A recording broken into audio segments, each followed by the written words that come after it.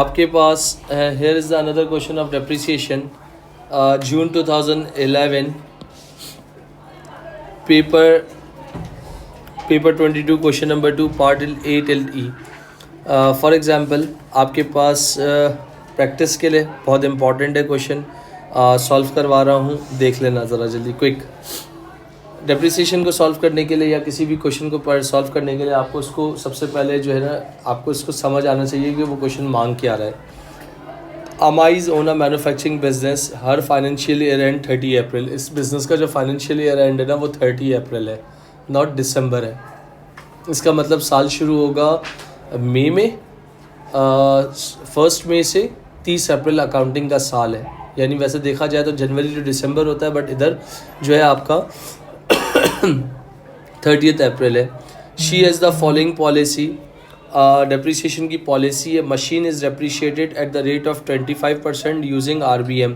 इसका मतलब जो मशीन जो डेप्रिशिएट हो रही है ना वो किस बेस पे हो रही है, RBM पे हो रही है. RBM का मतलब है पहले कॉस्ट में से डेप्रिसिएशन को माइनस करो, नेट बुक वैल्यू पे अप्लाई करो. फिर उसके बाद आपके पास ऑफिस फर्नीचर की अगर बात कर रहा हूँ तो office furniture is depreciated at the rate of 10% using straight line method. Office furniture आप जो यूज़ करोगे किससे यूज़ करोगे, स्ट्रेट लाइन मेथड से यूज़ करोगे. सही है, 10%. और स्ट्रेट लाइन किस पे होता है, हमेशा कॉस्ट पे अप्लाई होता है. फिर उसके बाद लूज टूल्स डेप्रिशिएट हो रहा है using revaluation method. Loose tool को किससे डेप्रिशिएट करोगे, रीवैल्यूएशन मेथड से उसको डेप्रिसिएशन करोगे. इन्होंने हर एसेट्स की 3 एसेट्स हैं, तीनों एसेट्स के मेथड बता दिए कि कौन सा एसेट किस मेथड से जाएगा. फिर लिखा हुआ है full year depreciation is charge on asset in the year of purchase. मतलब जो पॉलिसी है full year depreciation charge in the year of purchase. जिस साल एसेट लिया होगा उस साल फुल काउंट करेंगे, और जिस साल एसेट को बेच दिया होगा उस साल डेप्रिसिएशन काउंट नहीं करेंगे. Agree. Give 2 reasons why depreciation should be charge. 2 reasons बताओ कि हम डेप्रिसिएशन चार्ज क्यों करते हैं. जल्दी से क्विकली अपने पास लिख लो, मैं लिखवा रहा हूँ. To spread the cost of non-current asset over its useful life. To spread the cost of non-current asset over its useful life. मैं रिपीट नहीं करूँगा, 2 बार ऑलरेडी कर चुका हूँ. To spread the cost of non-current asset over its useful life. अगर किसी का miss हो जाए छोड़ दीजिएगा. To spread the cost of non-current asset over its useful life. Point number 2. To include a charge for use of non-current asset.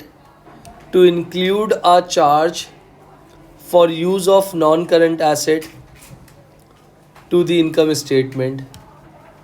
To include a charge for use of non-current asset to the income statement. Next point लिख लो. To reduce the net book value of non-current asset in the balance sheet. To reduce the net book value of non-current asset in the balance sheet. To reduce the net book value of non-current asset in the balance sheet. फिर उसके बाद next part B, suggest one reason why the diminishing balance method might be the most appropriate method for her depreciate her machinery. आपके पास suggest 1 reason करो कि आपके पास एक reason बताओ क्यों डेप्रिसिएशन जो है आपके पास जो मेथड है RBM वो क्यों जो है मोस्ट अप्रोप्रिएट है. लिखो. RBM method is the most appropriate method for calculating depreciation on machine. RBM method is the most appropriate. Part B. RBM method is the most appropriate method. RBM method is the most appropriate method for calculating depreciation on machine. Most appropriate method for calculating depreciation on machine, comma, which operate faster, comma, produce more, which operate faster, comma, produce more and perform more accurately when they are new, and perform more accurately when they are new. जो machine जो होगी जब नई होगी बहुत effective होगी, जैसे machine पुरानी होने लगेगी वो लेस इफ़ेक्टिव हो जाएगी, क्योंकि ज़ाहिर सी बात है it's depend on the usage कि आपने उसको किस तरीके से इसको इस्तेमाल किया होगा। क्लियर। अब उसके बाद आपके पास यहाँ देख सकते हो आपके पास the following information is available for the year ended 2011, यानी ये जो डब्बा दिया हुआ है आप बना कब के लिए रहे हो, 2011 के लिए बना रहे हो। आपके पास यहाँ पर देख सकते हो जो बैलेंस एट 1 मई 2010, जो 1 मई 2010 का जो बैलेंस है वो ये डब्बा है। उसमें मशीन था 80,000 रुपये का, ऑफिस फर्नीचर था 15,000 रुपये का, इनकी डेप्रीसिएशन थी मशीन की 60,000 रुपये, ऑफिस फर्नीचर की डेप्रीसिएशन थी 5,000 रुपये। अब इसको सॉल्व कैसे करना है, पॉइंट नंबर 1 तो गुजर गया, पॉइंट नंबर 2 पढ़ो क्या लिखा हुआ है आपके पास दोस्तों। ऑन 31 जुलाई 2010 को एक आपने नई मशीन खरीदी, जो कि कितने की खरीदी थी, 18,000 की खरीदी थी। पॉइंट नंबर 3 में बोला है कि 2011 को जो ऑफिस फर्नीचर पड़ा था, जो 1,000 रुपये का लिया था 2008 में, उसको सेल कर दिया और पैसे कितने आ गए, 550 कैश। फिर चौथे पॉइंट में लिखा है ऑन 1 में लूज टूल्स की कॉस्ट प्राइस 1,600 रुपये थी, मगर उसकी वैल्यू 1,050 हो गई है। एडिशनल लूज टूल परचेज किया है ड्यूरिंग द ईयर, और क्लोजिंग लूज टूल्स कितना है, 1,400। तो मेरे दोस्तों आपको क्या निकालना है, आपके पास calculate the depreciation to be charge on each of the following year 2011। मुझे 2011 की डेप्रिसिएशन निकालनी है। डेप्रिसिएशन कैसे निकालेंगे, 3 मेथड है, एक स्ट्रेट लाइन मेथड होता है, एक आरबीएम मेथड होता है, और एक कौन सा होता है भाई, रिवैल्यूएशन मेथड होता है। तो सारे मेथड्स भी आपको बता दिए हैं। तो अब फॉर एग्जांपल कोई बच्चा कॉपी नहीं करेगा, सारे बच्चे जो हैं बोर्ड की तरफ देखेंगे। कौन सा पार्ट था, ए और बी पार्ट थियोरेटिकल था जो कि निकल गया। पार्ट सी में क्या निकालना है, डेप्रिसिएशन निकालनी है, और कब के लिए निकालनी है, 30 अप्रैल 2011 फॉलोइंग एसेट। सबसे पहले मेरे पास कौन सा एसेट था, मशीनरी था। अच्छा भाई, मशीनरी के ऊपर कौन सा मेथड बोला हुआ था, मशीनरी के ऊपर कौन सा मेथड बोला हुआ था, 25% है, कौन सा बैलेंस है, रिड्यूसिंग बैलेंस मेथड। तो मेरे मुझसे प्रीवियस सवाल क्वेश्चन पे हादी भाई आपने सवाल किया था कि जब आरबीएम है तो आपने पहले माइनस क्यों नहीं किया। तो मेरे बच्चों यहाँ देख लेना, 2010 में मशीन कितनी पड़ी हुई थी आप लोगों के पास, 80,000 की पड़ी थी।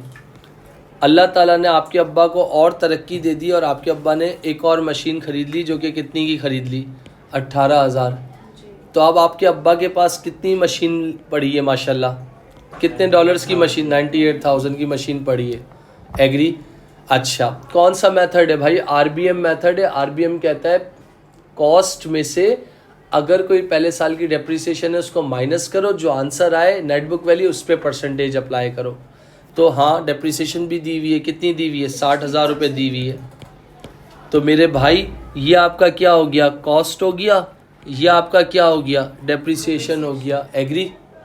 तो कॉस्ट में से अगर डेप्रिसिएशन को माइनस करता हूँ तो क्या आ जाएगा, एनबीवी। एनबीवी मतलब नेट बुक वैल्यू। 98,000 में से 60,000 निकालो, कितना हो जाएगा, 38,000।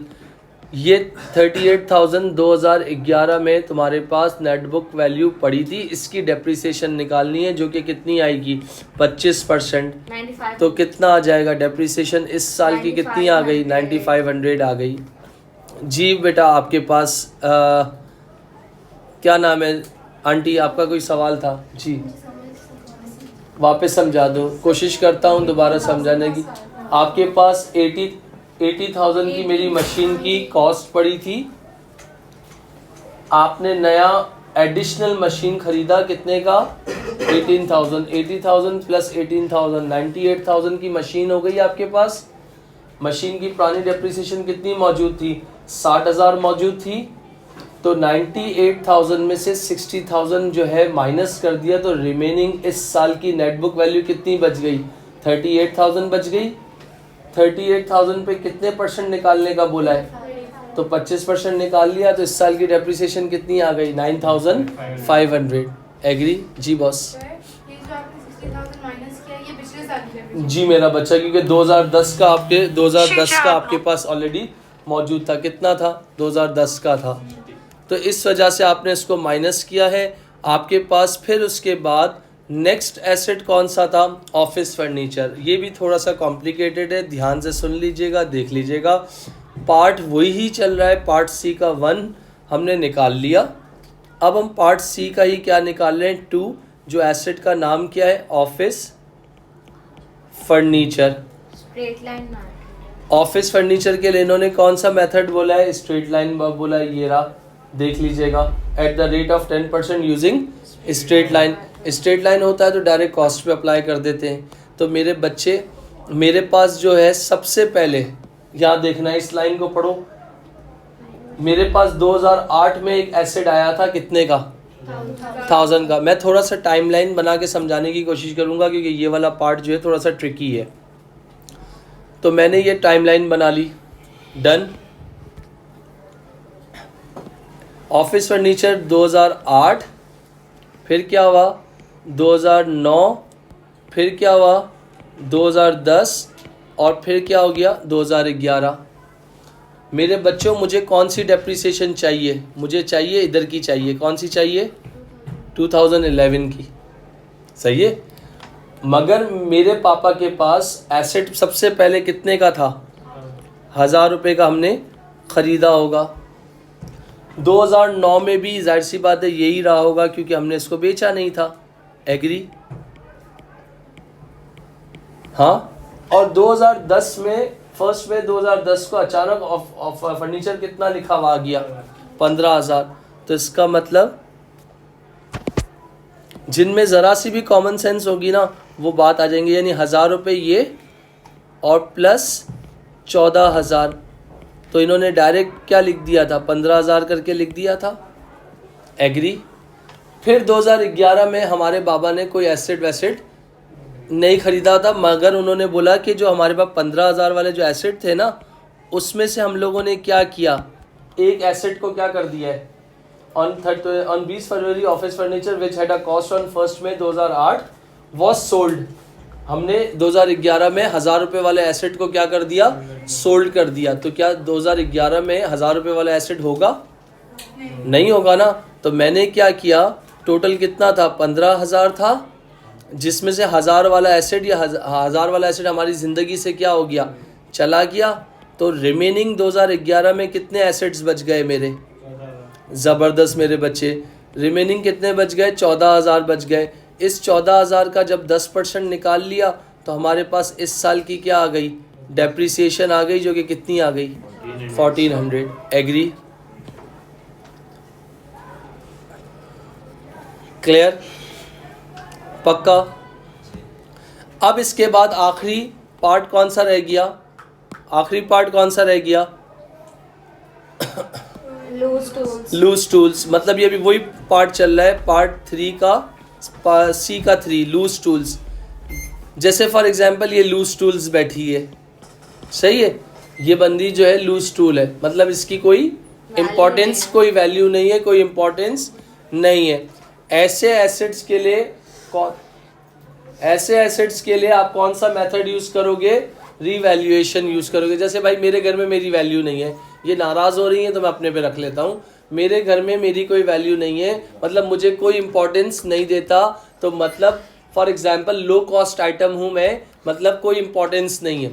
अब जैसे आईफोन हो गया, ओप्पो पोपू शोपू नोपो हो गया, तो उसका मतलब आईफोन की अलग इंपॉर्टेंस है, जिसके पास ओप्पो पोपू टोपू शोपू है उसकी इतनी इंपॉर्टेंस नहीं है। अगर फॉर एग्जांपल इन बाजी के पास अगर एक फॉर एग्जांपल ऑडी ई-ट्रॉन है और आप लोगों के पास किसी का करोला, किसी के पास मीरा, तो जाहिर सी बात है इनकी इम्पोर्टेंस थोड़ी सी ज़्यादा हो जाएगी।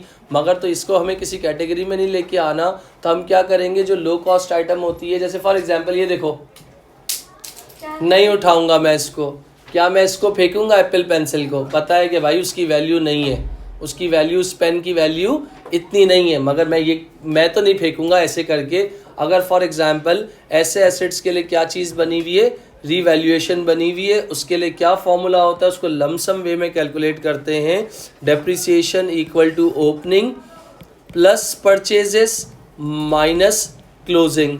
तो इसका मतलब 1600 रुपये का जो एसेट था वो कितने का वैल्यू हो रहा था, 1050, और नया आप लोगों ने ख़रीद लिया कितने का, 630, और क्लोजिंग कितना हो गया, 1400। तो इसका मतलब opening plus purchases minus closing, क्या आंसर आ जाएगा, हेल्प कर सकते हैं। 1050 प्लस 630 पर मैं खुद भी कर सकता हूँ, बट मुझे सिर्फ आपसे आंसर की ज़रूरत है। 1680 माइनस 1400, 280 आंसर आ जाएगा डेप्रिसिएशन का। तो इसका मतलब मैंने हर साल की 2011 की डेप्रिसिएशन फाइंड कर ली। Next part is again very very very very important part. उसमें आपको क्या निकालने का बोला है मेरे बच्चों, उन्होंने आपसे कहा है प्रॉफिट एंड लॉस निकालो ऑफिस फर्नीचर का, यानी ऑफिस फर्नीचर का क्या निकाल दो, प्रॉफिट एंड लॉस निकाल दो। तो वो कौन सा पार्ट होगी आपके पास, पार्ट डी होगा। तो इसका मतलब मैंने यहाँ पर लिख दिया पार्ट डी। तो इसका मतलब ऑफिस फर्नीचर की अगर बात करता हूँ तो ऑफिस फर्नीचर की ख़रीद कितने की थी, 1000 रुपये की ख़रीद थी, सही है। और उस एसेट को जब बेचा तो कितने पैसे आ गए मेरे पास, 550 आ गए। उस एसेट को बेचा तो कितने पैसे आ गए, 550। तो इसका मतलब ख़रीदा कितने का था, 1000 का, जब बेचा तो 550 आ गए। जो कितने साल हमने उसको यूज़ किया उसकी डेप्रिसिएशन निकालनी है, जो कि यहाँ निकाल रहा हूँ, थोड़ा सा देख लीजिएगा। मैंने कहा 1000 रुपये का एसेट है, स्ट्रेट लाइन मेथड है, तो 1000 का 10% कितना होता है, 100। तो ये क्या हो गई, कॉस्ट हो गई, ये क्या हो गई, डेप्रिसिएशन हो गई। एसेट लिया कब था, 1 मई। तो इसका मतलब यहाँ पर मैं लिखता हूँ मई 2008 से अप्रैल 2009, 1 साल हो गया, एग्री। अगर मैं आपसे बात करता हूँ, उन्होंने पॉलिसी बोला था full year depreciation charge in the year of purchase but no depreciation charge in the year of disposal. तो स्ट्रेट लाइन है तो अगले साल भी डेप्रिसिएशन क्या होगी, 100 ही होगी। तो यहाँ क्या होगी आपके पास, अगर मैं आपसे एक बात कह रहा हूँ तो फॉर एग्जांपल यहाँ पर बात कह रहा हूँ तो ये क्या हो जाएगा, मई 2010 से, हेलो, मई 2010 से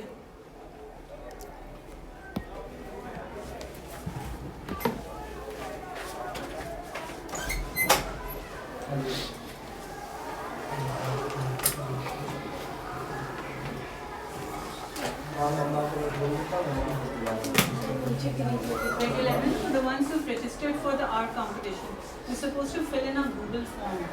So whenever you're free, say Wahab is there, he's going to assist you. You need to make a Google form for your group. Okay? Getting it? Yes or no? Yes, yes. Please go to Sir Wahab whenever you're free. Okay?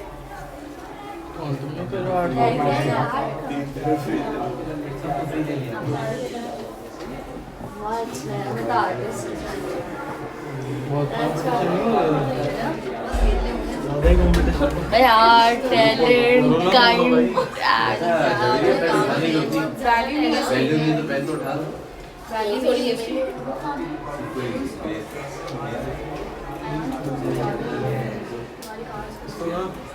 हाँ तुम्हारी बस पड़ी ना, वो तुम्हारे चश्मे लगा दिया, मुझे मैसेज कर दिया करो ना तुम्हारे ग्लासेस में, मैसेज कर दिया करो, मैंने कल रहते हैं।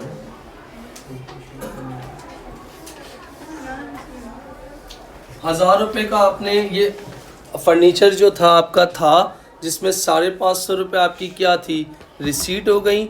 तो ये आपके पास मई 2009 से अप्रैल 2010 सेकेंड ईयर की डेप्रिसिएशन आ गई। थर्ड ईयर की डेप्रिसिएशन नहीं आएगी। क्यों नहीं आएगी, क्योंकि उस साल एसेट बिक गया है और उन्होंने मना किया है, तो आप डेप्रिसिएशन को काउंट नहीं करोगे। मई 2010 से अप्रैल 2011। सर आप ऐसा क्यों कर रहे हो, क्योंकि खुद स्ट्रेट उन्होंने कहा था full year depreciation charge in on asset in the year of purchase but no depreciation charge in the year of sale. जिस साल आपने बेच दिया उस साल आप इसकी डेप्रिसिएशन काउंट नहीं करोगे। तो इसका मतलब टोटल डेप्रिसिएशन कितनी आ गई, 200 आ गई। इसका मतलब रिसीट 550 की थी और पैसे कितने कितना डेप्रिशिएट कर लिया 200 का 750, तो कॉस्ट कितनी थी 1000, तो इसका मतलब फ़ायदा हो रहा है या नुकसान हो रहा है? नुकसान हो रहा है। कितने का नुकसान हो रहा है? जी बेटा नहीं मेरे बच्चे, 750 यानी आपके 250 का आपके पास क्या हो रहा है? लॉस हो रहा है, तो आपने यहाँ लिख दिया 250 और लॉस लिख दिया। और अगर आप चाहते हो कि इसको गलती ना हो तो टी अकाउंट फॉर्म में चाहते हो, तो इसके लिए जब भी आप डिस्पोजल का अकाउंट बनाओगे तो यहाँ पर क्या हुआ, 1000 रुपये का था, 200 रुपये डेप्रिशिएट कर लिया, 550 रुपये आपके पास क्या आ गए, पैसे आ गए। तो जब अगर डिफरेंस क्रेडिट साइड पे आ जाए तो इसका मतलब लॉस है, डेबिट साइड पे आ जाए तो इसका मतलब गेन है। तो ये 1000 रुपये थे, 1000 में से 750 निकाल दो तो इनकम स्टेटमेंट लॉस कितने का हो गया बेटा? 250 का हो गया। तो इसका मतलब आपके पास ये 250 का क्या हो गया? लॉस हो गया। दोनों तरीके थे जो मैंने आपको करके दिखा दिए। लास्ट पार्ट में उन्होंने आपसे क्या मांगा है वो भी बहुत इंपॉर्टेंट है। पार्ट ई में नेट बुक वैल्यू मांगी है, तो पार्ट ई कैसे बना दूंगा ये देखिएगा। बैलेंस शीट का क्या बनाऊंगा, जिसको हम एसओएफ भी कहते हैं, एक्सट्रैक्ट बना लिया,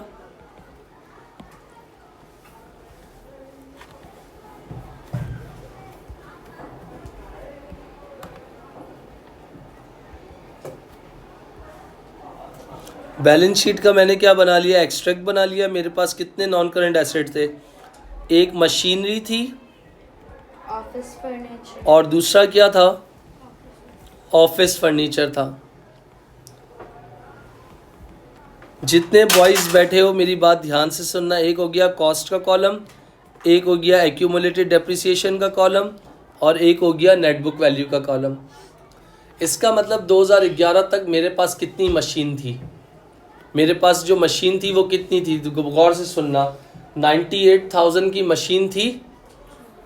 98 यानी 80,000 रुपये की एक मशीन थी, और आपके पास 18,000 की और आई। टोटल कितनी मशीन हो गई? ना एग्री करते हो सब लोग? लिख दो 98,000। अब मेरे बच्चे आपके पास जो इस साल की डेप्रिसिएशन आई है ना, वो कितनी आई थी? 9,500 आई थी। और पुरानी डेप्रिसिएशन कितनी थी? पुरानी डेप्रिसिएशन कितनी थी आपके पास? 60,000। तो 60,000 प्लस 9,500 टोटल कितना हो गया? 69,500। तो 98,000 में से 2011 तक की जो टोटल डेप्रिसिएशन निकली है ना, वो कितनी निकली है? 69,500। तो 98,000 में से 69,500 माइनस कर दो तो आई थिंक 28,500, यानी अभी जो मेरे पास ऑफिस फर्नीचर मशीनरी है ना, उसकी 2011 तक की नेट बुक वैल्यू कितनी है? 28,500। इसी तरीके से मैं ऑफिस फर्नीचर पे पहुंचा। ऑफिस फर्नीचर मेरे पास सबसे पहले 1000 का था, 14,000 का आया, तो टोटल कितना हो गया? 15 में से 1000 वाला मैंने अपनी ज़िंदगी से निकाल दिया था। तो अब मेरे पास घर में कितने की गाड़ियाँ पड़ी हैं, कितने के ऑफिस फर्नीचर पड़े हैं? 14,000। ज़बरदस्त मेरी बच्ची। आपके पास अब बात सुनना, जो इसकी ओपनिंग डेप्रिसिएशन कितनी थी? 5,000 थी, जो कि डब्बे में दी हुई है। कितनी थी? और इस साल 2011 की डेप्रिसिएशन कितनी आई थी? 1400। एग्री? और अब 1000 रुपये वाला एसेट जब आपने कॉस्ट में से उठा के निकाला है, तो जो 200 रुपये की जो डेप्रिसिएशन थी, जो एसेट डिस्पोज हो रहा था, तो उसको भी इधर से निकाल दो। तो फाइनल डेप्रिसिएशन कितनी आ जाएगी? 5,000 प्लस 1400, 6,400। 6,400 माइनस 200 कितना हो गया? 6,000। तो 14,000 में से 6,200 निकाल दो तो कितना आ गया? 7,800 हमारे पास ये ऑफिस फर्नीचर की 2011 तक की नेट बुक वैल्यू बन गई।